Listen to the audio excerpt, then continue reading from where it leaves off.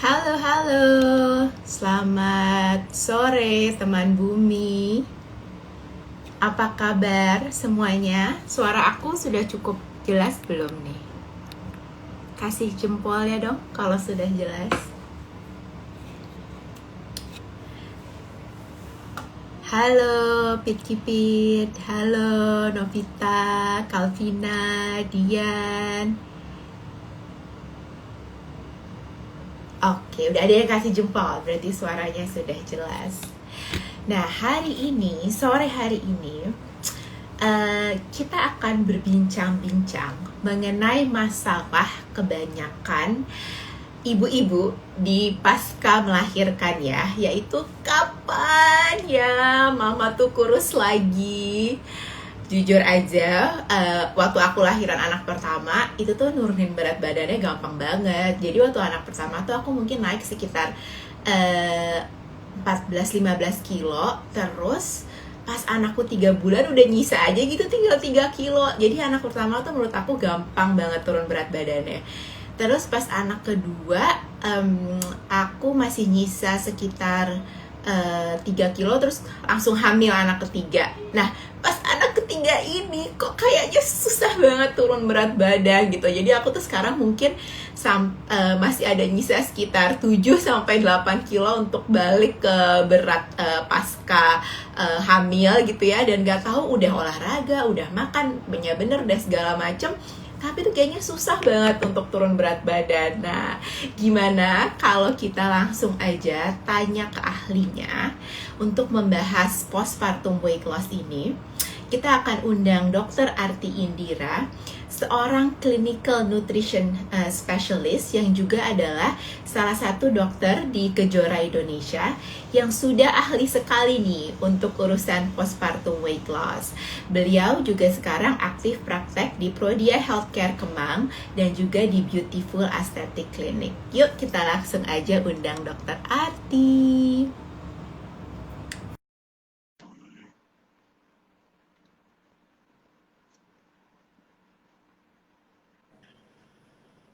Hai dokter, Halo Tasya, apa suara aman ya? kabarnya? Suara Suara aman, aman. suara aman. Oke, Semoga Alhamdulillah koneksi. baik. Gimana nih Udah lama kabarnya banget nih? nggak ketemu. Iya ya, udah lama banget dari sejak di bumi ya. Nanti itu di bumi ketemu, terus Mm-mm. habis itu semenjak itu belum ketemu lagi ya dok Iya, ya. belum ketemu lagi ya. Udah ada setahun kali kita nggak ketemu, setahun lebih. Iya ya, benar-benar udah setahun-tahun lalu ya Iya, kita ketemuan di iya. bumi. Dokter gimana nih kabarnya? Oke dong, Alhamdulillah sehat semuanya. Anak-anak sehat ya? Sehat, alhamdulillah Mm-mm. sehat. Cuman ini aja udah bosen banget banget gitu kayaknya nggak tahu nih kapan nih udah pengen main ke bumi. Mm-mm. Dok, sore ini kita akan membahas masalah ibu-ibu yang kebanyakan banget ya dok ya abis melahirkan tuh pasti Mm-mm. merasa kenapa sih ini kok berat aku tuh kayaknya turunnya tuh susah banget gitu, atau bahkan ada juga yang suka cerita anakku udah 2 tahun udah 3 tahun nih tapi kok beratnya masih nyisanya banyak banget, atau lebih Mm-mm. tepatnya mungkin disebut postpartum weight loss gitu ya dok ya. Yes. Iya, boleh nggak dokter tolong jelaskan dulu di awal Iya. ini postpartum weight loss itu apa sih dok? Iya, jadi memang ini masalah semua wanita ya, terutama yang memang ibu-ibu yang sudah melahirkan, apalagi Mm-mm. melahirkannya bukan kelahiran pertama, tapi kelahiran kedua dan seterusnya. Nah, Sorry, oke, aku sambil nah, pasang slide-nya. hmm, Oke. oke. Jadi postpartum itu adalah partum itu kan kelahiran ya, jadi penurunan berat badan pada setelah melahirkan. Memang di beberapa literatur menyarankan setelah 12 bulan atau kira-kira sekitar setahun nih, berat badan ibu diharapkan balik lagi ke berat badan sebelum hamil. Setelah Nah, setahun ya. Oke. dari beberapa literatur menyatakan seperti itu. Nah, tapi Mm-mm. pada kenyataannya kan nggak begitu ya. Nah, jadi Iya. memang kenaikan berat badan selama hamil itu kita perlu banget nih. Kenapa? Karena pada waktu kehamilan kita memang mengalami kenaikan berat badan itu fungsinya adalah buat kesehatan ibu dan juga kesehatan dari janinnya. Nah, ibu ini Oke. perlu untuk menambah berat badan sebagai cadangan lemak, jadi buat memberikan nutrisi kepada bayi yang dikandungnya, sekaligus untuk menyiapkan untuk masa menyusui. Jadi nanti pada waktu menyusui, cadang yang ditumpuk selama hamil itu yang digunakan untuk memproduksi ASI gitu. Nah, berapa banyak sih yang sebenarnya kita berat badan boleh naik berapa banyak nih? Boleh di slide kedua nih. Oke. Nah, ini kenaikan berat badan ya. Jadi kita pakai kategori dari Asia Pasifik nih. Ada rekomendasi dari International of Medicine. Nah, rekomendasinya ada kalau yang mau berat ikut tadi, badannya Dok, baru bangun. Sini. Halo.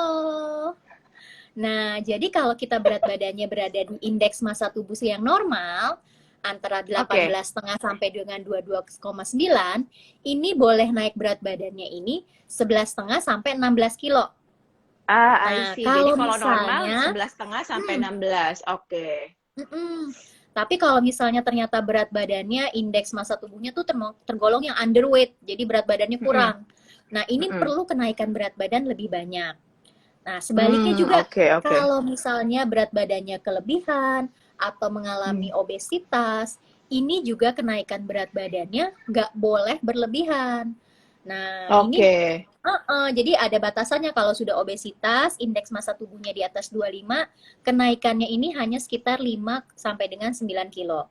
Karena ini akan berpengaruh dengan postpartum weight loss tadi. Kalau berat badan selama hamil naiknya terlalu banyak, tentu saja untuk menurunkannya itu juga akan memerlukan effort, memerlukan waktu yang lebih lama. Oke, jadi memang kenaikan yang tadi Dokter Arti jelaskan itu sangat jadi dari hamil pun udah harus sebenarnya bukannya seenaknya gitu ya, Dok ya. Maksudnya harus makannya tetap dijaga, makan yang sehat, dan make sure kenaikan berat badannya itu juga sesuai dengan yang tadi Dokter Arti cerita. Apakah tergantung apakah ibu hamilnya ini underweight atau normal weight atau overweight atau obese gitu ya, Dok ya. Iya. Oke. Nah, ini kan tidak hanya masalah untuk menurunkan berat badan postpartum tadi, tapi juga kalau ibu obesitas terus berat badannya naiknya terlalu berlebihan. Nah, seringkali mengalami berbagai komplikasi dalam kehamilan. Jadi tadi hati-hati pada ibu dengan overweight, obesitas, naik berat badannya jangan terlalu banyak gitu. Jadi harus dipantau dari awal kehamilan. Nah, sekarang boleh balik ke slide yang pertama. Slide yang ini ya, postpartum yang pertama lagi. Nah, jadi memang pas waktu lahir memang pasti sekitar 5 sampai dengan 7 kilo ini kita mengalami penurunan dari pas waktu di hari kita melahirkan. Jadi bayinya lah, kemudian plasentanya, cairan amnion. Nah, itu yang biasanya keluar pada waktu di hari kelahiran. Nah, yang sering kita temukan itu adalah berat badan ibu tidak kembali. Tadi yang teorinya sekitar 12 bulan. Mencapai berat badan sebelum hamil ya kan. Nah, jadi seringkali ibunya ini mengalami obesitas. Kalau sudah mengalami obesitas, tentu saja komplikasi karena obesitas ini pun jadi semakin meningkat. Tadi misalnya penyakit kardiovaskular, kemudian hipertensi, diabetes, sampai beberapa jenis keganasan, itu pun resikonya meningkat pada orang dengan obesitas. Nah, jadi panjang nih ceritanya kalau sudah obesitas. Jadi jangan menyepelekan masalah obesitas juga. Nah, kita lanjut kita lanjut ke slide selanjutnya ya, Dok, yang ini ya, boleh. Yang weight loss retention ini. Sekalian aku mau tanya, kenapa postpartum weight loss itu tuh berbeda dengan weight loss lainnya, Dok? Maksudnya, soalnya kan postpartum weight loss ini berhubungan juga dengan masalah hormonal, terus udah gitu juga dengan produksi ASI kita gitu ya, belum juga dengan stamina si ibu yang kurang tidur ini. Jadi kayaknya it seems like postpartum weight loss is quite complicated gitu. Jadi apa sih sebenarnya yang bikin dia tuh beda banget dengan kayak yaudah deh aku mau diet aja, bukan postpartum ya, benar-benar kayak emang udah lama gitu ngelahirin 3 tahun terus mau diet gitu. Apa yang bikin dia beda, Dok? Yes, betul. Itu yang semua disebutin oleh Tasya itu memang mempengaruhi postpartum weight loss tadi. Sehingga terjadi yang namanya weight loss retention. Jadi terjadi retensi atau nggak bisa nih buat nurunin berat badan seperti seharusnya yang normal menurut teori. Nah, pasti ini ada faktor tadi, menyusui. Nah, kemudian ada hormon prolaktin.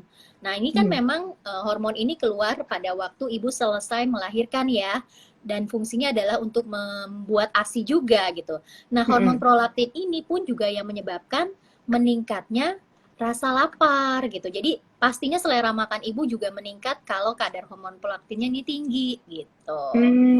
Terus dipengaruhi juga oleh usia, kemudian urutan kelahirannya. Nah, ini nanti yang kita bahas di slide berikutnya ya. Oke, boleh kita ya? langsung ke slide berikutnya. Ini ya dok ya? Yes. Nah, Oke. ini nih dari suatu penelitian memang sudah menunjukkan nih kalau yang warnanya segitiga kebalik nih, kalau ini sudah menyusui ASI eksklusif, kemudian dilanjutkan ada yang partly jadi setengah-setengah antara bottle feeding dan breastfeeding, kemudian weaningnya sekitar 18 bulan. Bandingkan dengan yang menyusui hanya dengan bottle feeding aja nih, yang warnanya bulat. Yang warna bulat circle, Jadi kalau kita menyusui memang bisa mengeluarkan ekstra energi kira-kira 400 sampai dengan 500 kalori. Jadi sebenarnya bisa membantu nih buat menyusui. Nah, tapi apakah dengan menyusui ini bisa berhasil untuk semua orang untuk nurunin berat badan? Nah, tentu aja enggak nih. Jadi misalnya kasus yang paling terkenal itu adalah kasusnya Serena Williams nih. Jadi dia petenis kan. Nah, dia tuh sudah menyusui, hidupnya vegan, kemudian olahraga, completely healthy eating diet, gitu. Terus tapi kok dia nggak bisa menurunkan berat badan setelah 6 sampai dengan 12 bulan seperti yang ada di teori ya. Nah, ternyata pas dia lepas menyusui, itu berat badannya langsung turun.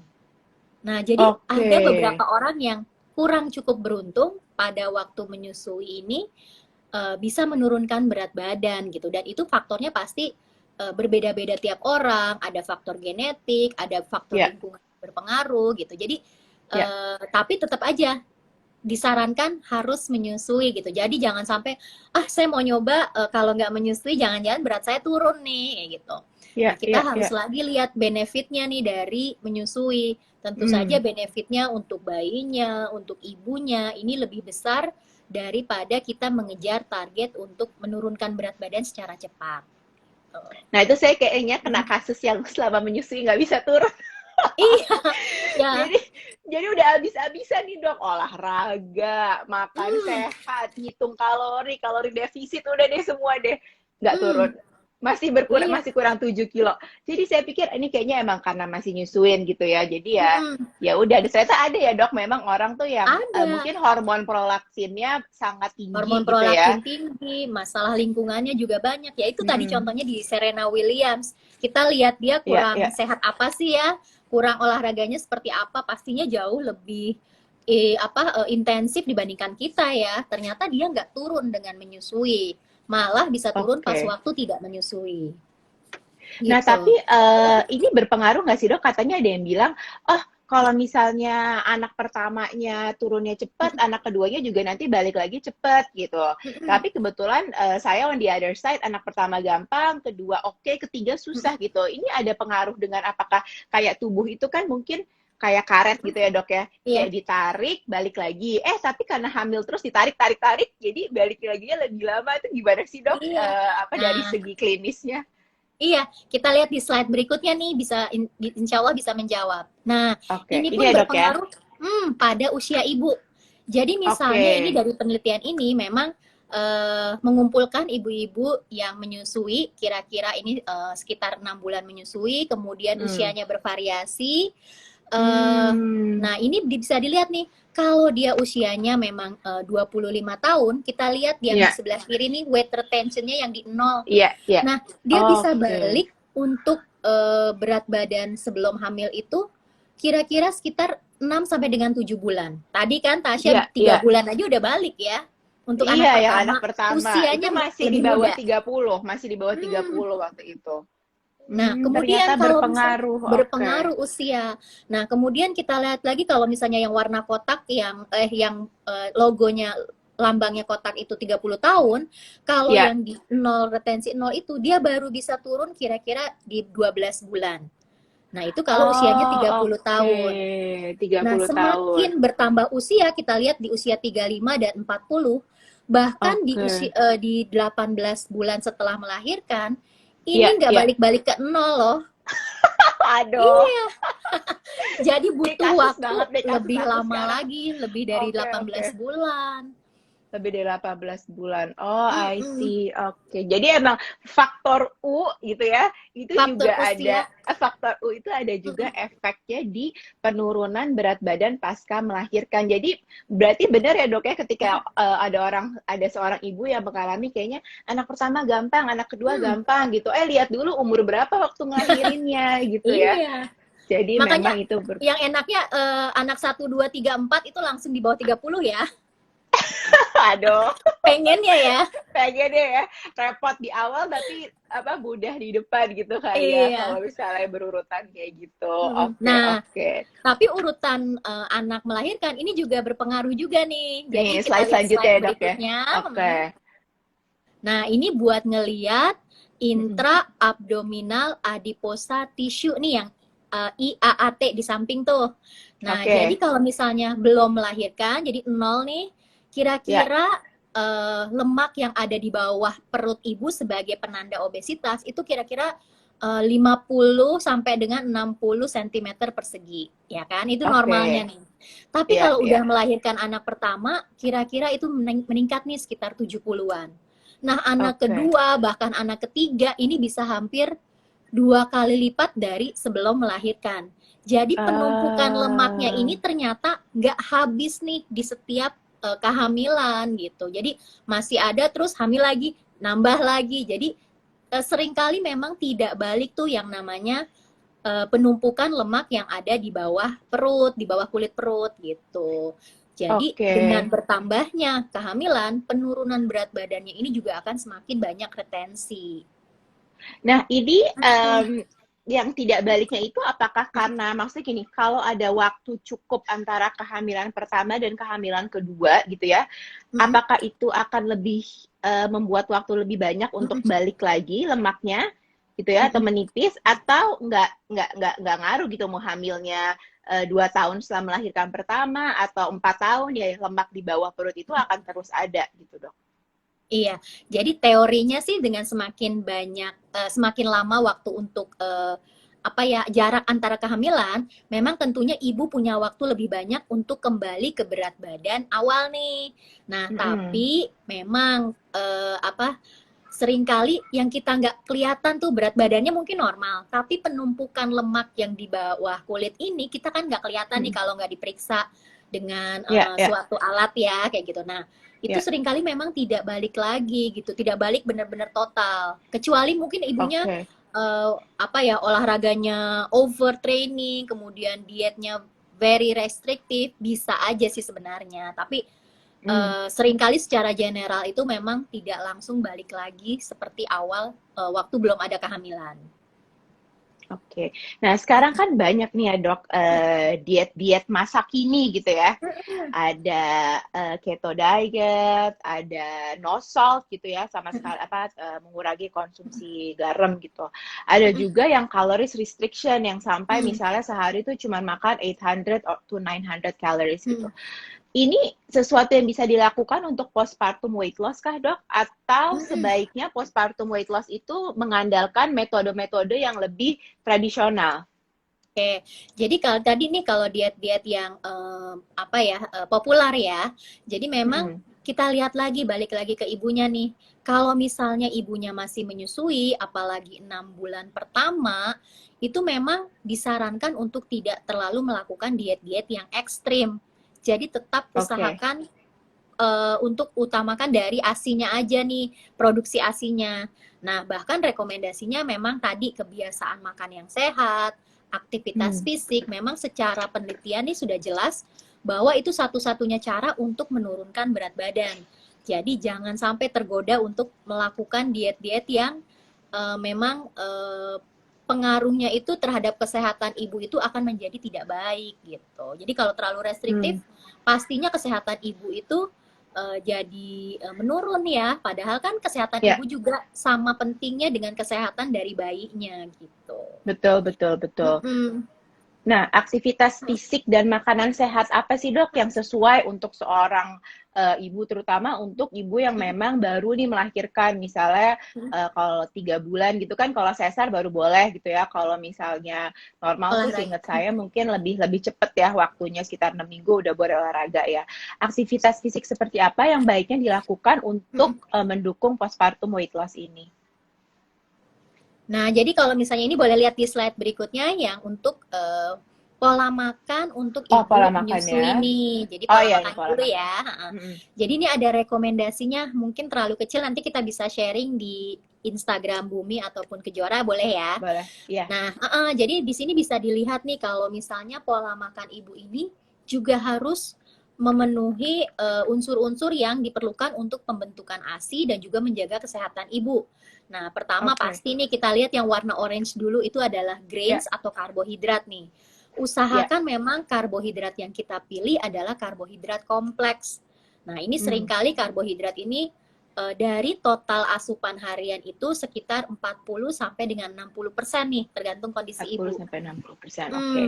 Nah, apa yang dimakan nih tadi karbohidrat kompleks? Beras merah, roti gandum, pastanya juga yang gandum, kemudian umbi-umbian. Nah, itu pemilihan karbohidrat kompleks. Jadi selalu pilihlah sumber karbohidrat yang lebih baik, seratnya kadarnya lebih tinggi. Nah, kemudian kita lihat lagi yang warna orange, itu kira-kira itu adalah protein. Nah, porsinya kira-kira itu adalah sekitar 6,5. Jadi 6,5, oke. 1 ons itu adalah kira-kira 1 telur atau sekitar 35 gram dari ayam ataupun ikan. Nah, jadi kita perlu setiap kali makan itu mungkin sekitar 2 porsi protein ya. Jadi boleh protein hewani, boleh protein nabati, silahkan variasikan nih. Nah, memang protein itu juga penting nih buat kesehatan ibu dan juga untuk memproduksi ASI. Jadi jangan sampai makan tidak ada protein. Dan beberapa penelitian juga menyatakan kalau kita memasukkan protein sedikit lebih banyak dari kebutuhan dasar, itu sebenarnya bisa membantu untuk menurunkan weight loss.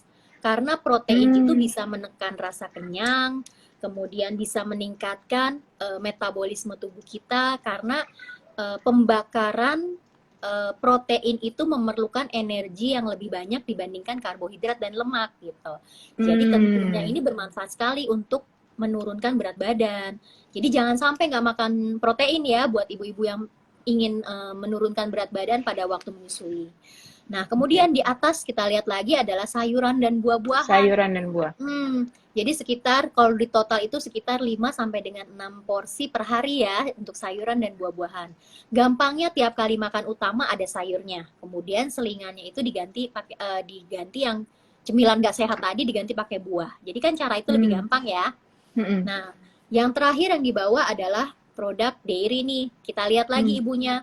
Kalau ibunya bisa mengkonsumsi susu dengan baik, misalnya tidak intoleransi laktosa, silahkan mengkonsumsi produk susu untuk sebagai sumber protein maupun sumber kalsium.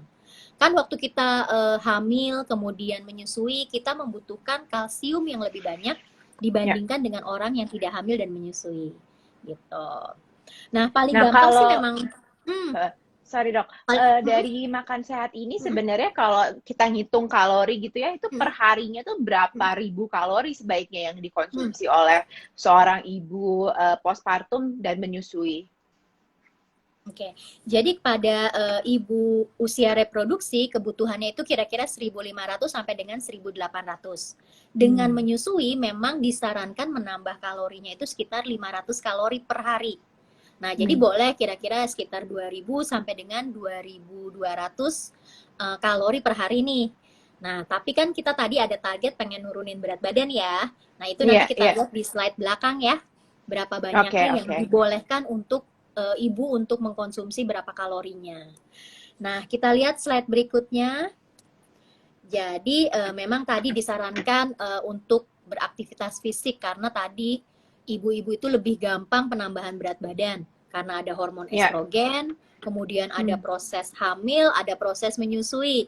Nah, itu tentu saja risiko ibu untuk lebih gemuk dibandingkan suaminya itu akan menjadi lebih tinggi.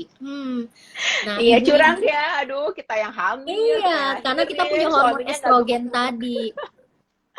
Nah, ibu itu juga jadi kayak lehernya rumah tangga kan. Jadi mungkin bapak itu kepala rumah tangga, tapi yang ngatur segala macam itu lehernya kan. Nah, jadi ibu Betul, yang betul. olahraga ini, yang rajin olahraga memang bertanggung jawab untuk kebiasaan pola hidup sehat di keluarga juga. Nah, kita lanjut slide berikutnya. Kenapa sih ibu-ibu ini Oke. nggak suka atau nggak sempet atau gimana nih untuk Atau olahraga? mager gitu ya buat olahraga, ya. Nah, kadang-kadang memang mengurus bayi itu, mengurus anak, apalagi kalau anaknya udah tadi kayak Tasya 3 ya, itu pasti Iya, melelahkan ya. tiba-tiba ada yang ikut aja kalau IG live. Dokter Kalau juga lagi 3 kan olahraga. anaknya kan. Iya, jadi memang ini alasan-alasan ibu kenapa sih nggak olahraga, merasa Mm-mm. lelah. Kemudian kalau pada ibu yang baru melahirkan, kan memang tadi diperbolehkan olahraga ringan dulu nih, yang kalau dengan persalinan per vaginam, kemudian sekitar 6 mingguan baru boleh olahraga yang seperti yang dulu. Nah ini memang kadang-kadang nggak boleh nih olahraga karena mitos di keluarga ya. Jadi Iya, jangan iya. olahraga karena memang nggak boleh capek buat ibu menyusui, mungkin seperti itu.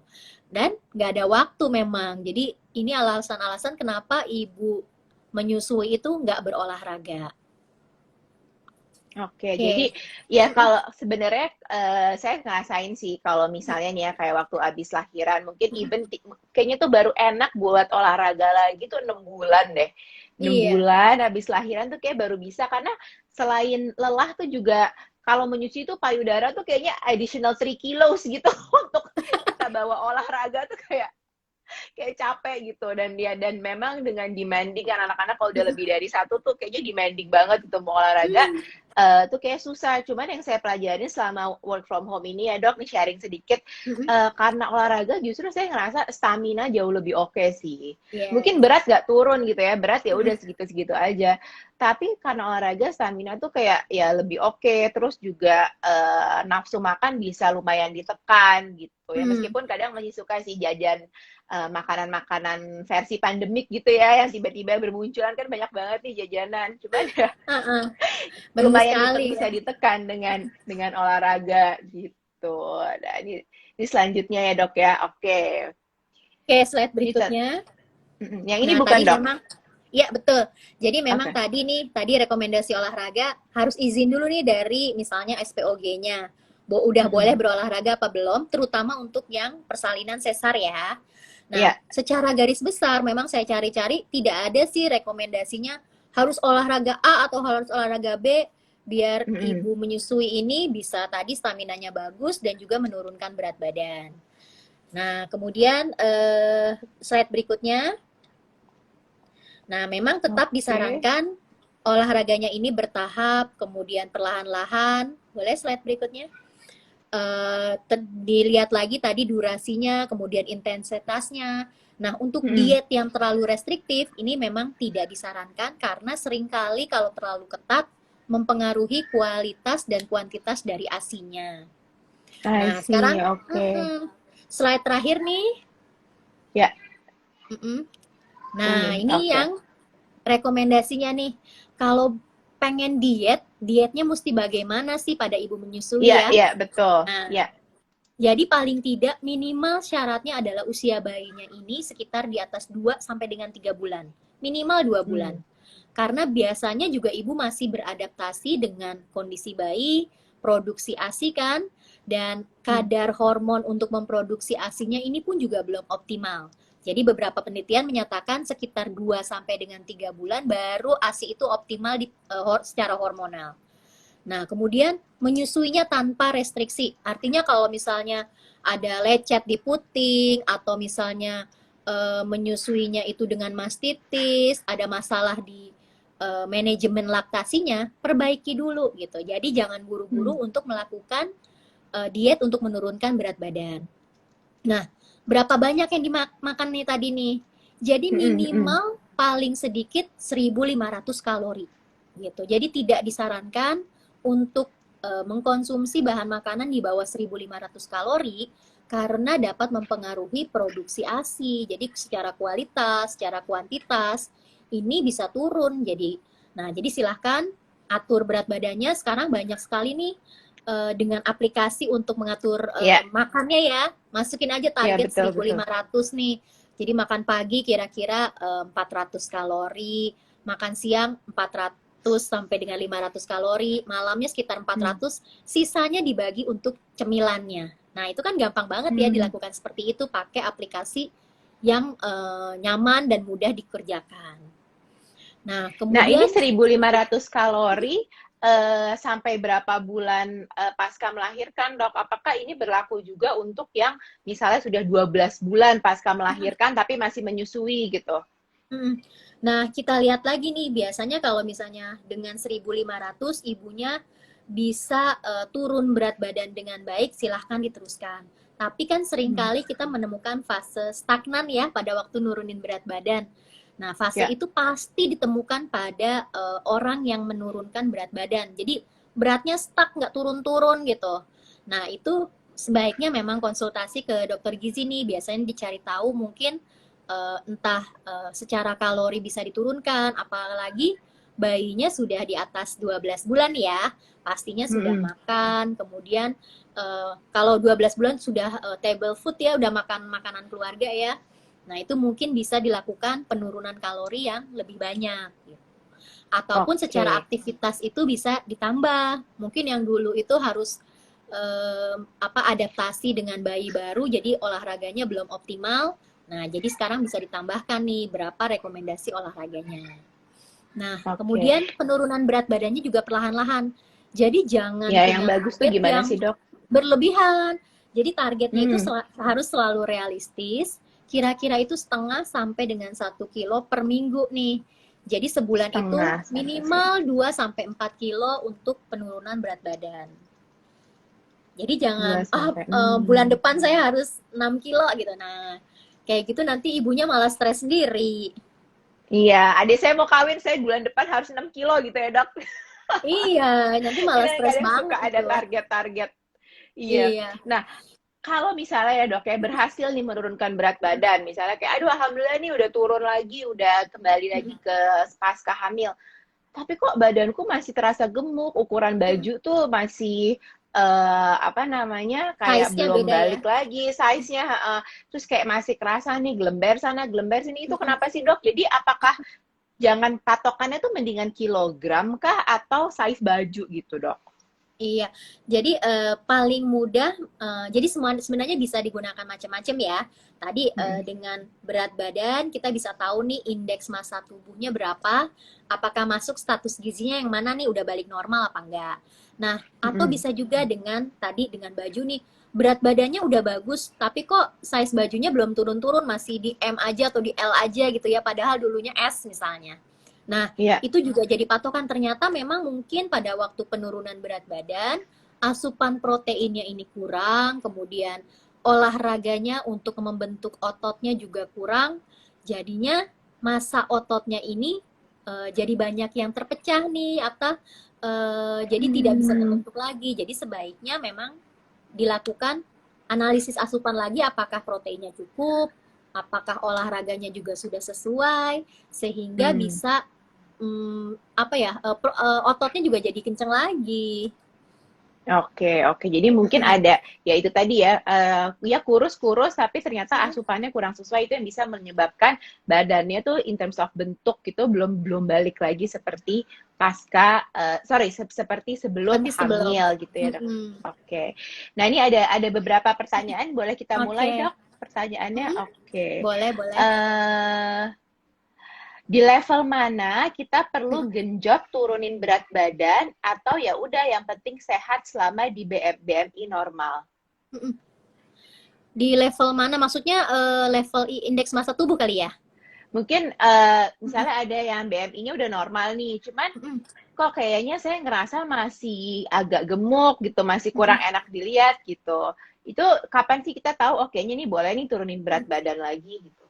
Oke, jadi biasanya memang kalau ke dokter gizi itu dilakukan pemeriksaan body composition ya, jadi pemeriksaan komposisi tubuh nih.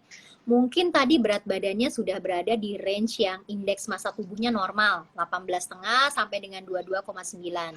Nah, tapi kok massa lemaknya tinggi banget nih, bisa lebih di atas 28%. Dan massa ototnya sangat rendah. Nah, ini yang harus diperbaiki nih, karena memang pertama dengan bertambahnya usia pastinya masa otot kita pun juga akan semakin turun. Jadi penting sekali waktu kita muda mempersiapkan masa otot kita dengan baik, paling tidak berada di range normal gitu. Nah, Masa kalau berat otot, badannya oke. sudah ideal, sebaiknya memang periksa komposisi tubuhnya lagi tadi. Nah, kayak gitu. Jadi tadi kalau sudah levelnya overweight, obesitas, ya tentu saja harus menurunkan berat badan. Nah, itu yang biasanya kita lihat juga nih kalau udah pemeriksaan body composition, kita lihat nih si lemaknya paling banyak mengumpul di mana. Misalnya banyaknya ada di perut nih.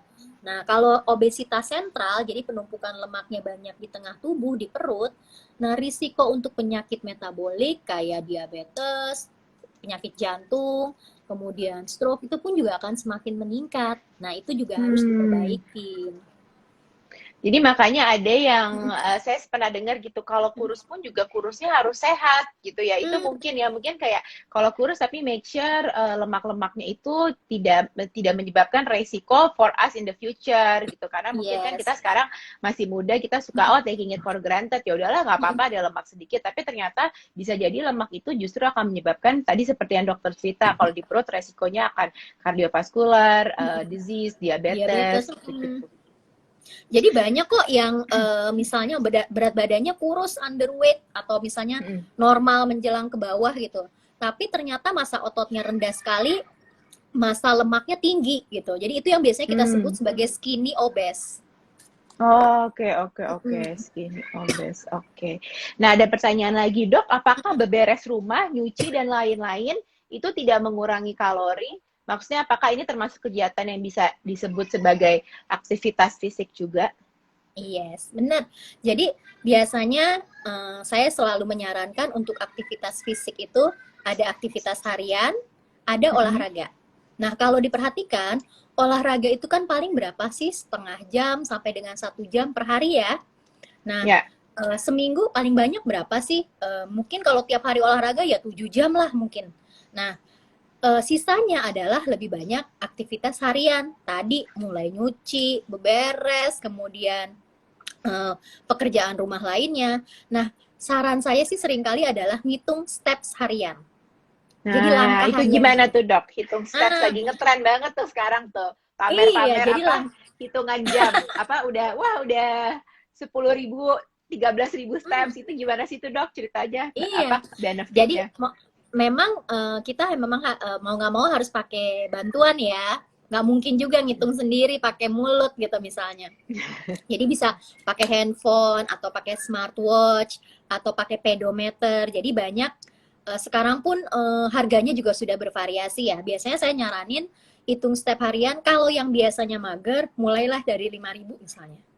Jadi 5.000 kan sebenarnya kalau kita jalan di treadmill itu kira-kira 45 menit, 40 sampai 45 menit gitu.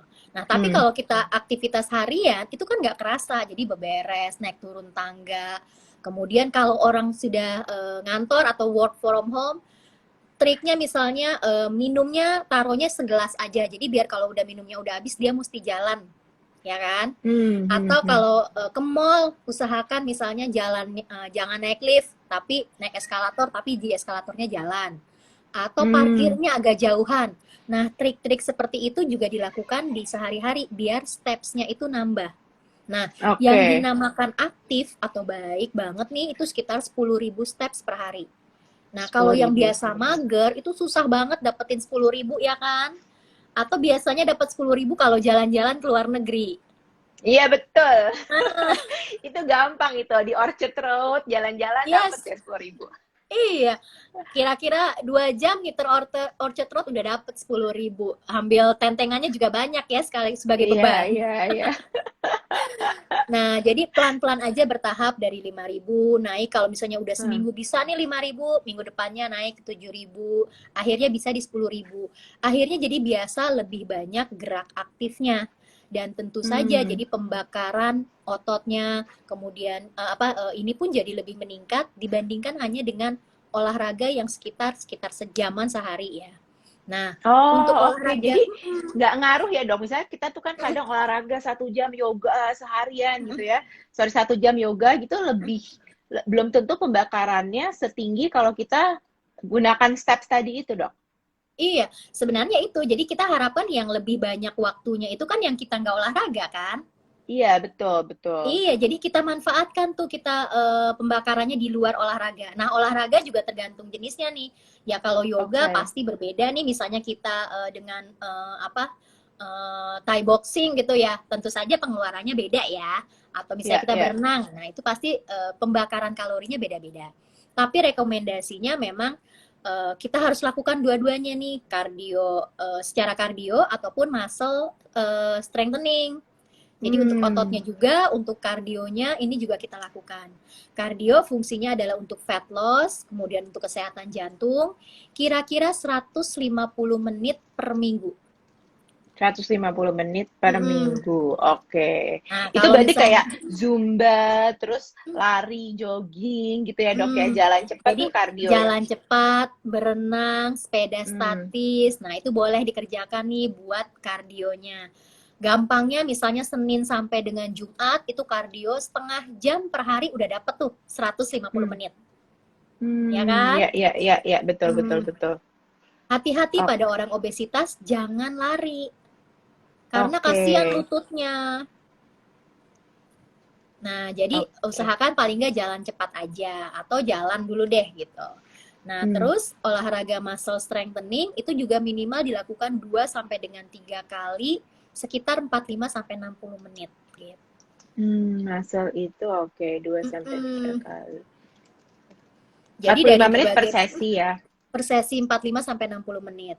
Jadi dari berbagai penelitian juga memang kombinasi antara kardio dan muscle strengthening ini yang paling baik untuk menurunkan berat badan dibandingkan misalnya hanya kardio aja atau hanya muscle strengthening aja.